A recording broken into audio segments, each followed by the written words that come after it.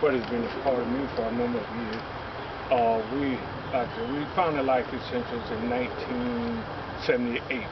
We did have a community garden at that time over on Hopkins Street in southwest Atlanta, off of Hopkins and near Lucille. We did that for a couple of years, and of course, when we moved them over there, you know, to farm the garden fields, we had about about a half an acre and about 5 or 6 families who participated in that. Since then, of course, I spent most of the time developing and Life Essentials as a market, and every year I did have a garden where it was small, this size. We did have, we stayed on Avon Avenue for a number of years, and we had a small garden in the back of our yard. It was not very much, I guess about 15 by 30 or something like that. And of course we moved out here several years later and we were able to get this property here. The total amount of property here is about 8 acres. We have right now under cultivation about 1.5 acres, 1.25 acres. Up top here is the garden that I do personally myself. And down below is what we do some commercial growing along with brother, you met Rashid, who's downtown. Now we've been doing this, he's been out here with us, this is the 4th year. Primarily growing collards and kale in the wintertime. This year we also have started doing some summer products, beans, what else, corn and peas. And also we planted some watermelons last week. Watermelons are just starting to break the ground now. We do everything, like I said, organic and biodynamically. We understand what biodynamic means too. And of course, I use a lot of material that I get from different places. This is a book that I use primarily. It's called The Vegetable Gardener's Bible. And then WORD stand for Wide Rows Organic Methods, Raised Beds and Deep Soil. Now, developing the soil, of course, I'm sure you've been told, is the key thing. Getting the soil, friable, as they call it. That means rich, fertile, deep, and easy to work. And that takes time. We were fortunate here that we started with a place that was being used as a cow pasture, and they had a cover crop. You see some of that still remaining. The guy who owned the pasture, owned this who used the pasture, he owns property on the other side of the fence over there, which is 85 acres, and he was a former professional baseball player. Unfortunately, he died a few years ago. He sold his cattle. He was baseball players in the 40s, so he was had some years on it. But he used this as a cow pasture, and when we acquired the property, we would continue to let him use that, except for this portion up here that I petitioned off for gardening. And he decided that he was getting a little frail and had a son that was not so well either, that he was going to sell his cattle and move into a smaller property.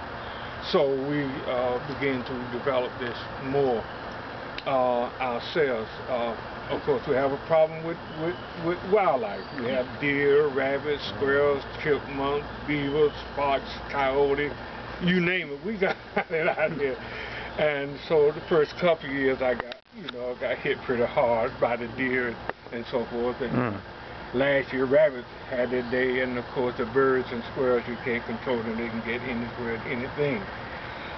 They have been pretty much under control this year so far. I got a fence, and a lot of the stuff you see around the fence is stuff I salvage.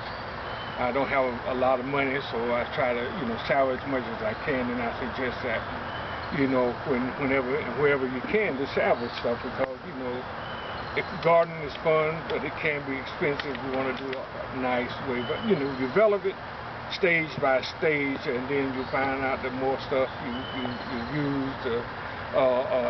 You can find it beside the road. You can go to Home Depot and Lowe's or big lots. Most of my tools I got from flea markets and stuff like that. So this year I bought very little anything except seeds, and some of those I didn't buy. I do those from year to year. I save seeds, especially the beans or okra, a few others that are easier to save than others. Tomatoes, I have a challenge in saving those. I develop a plan every year.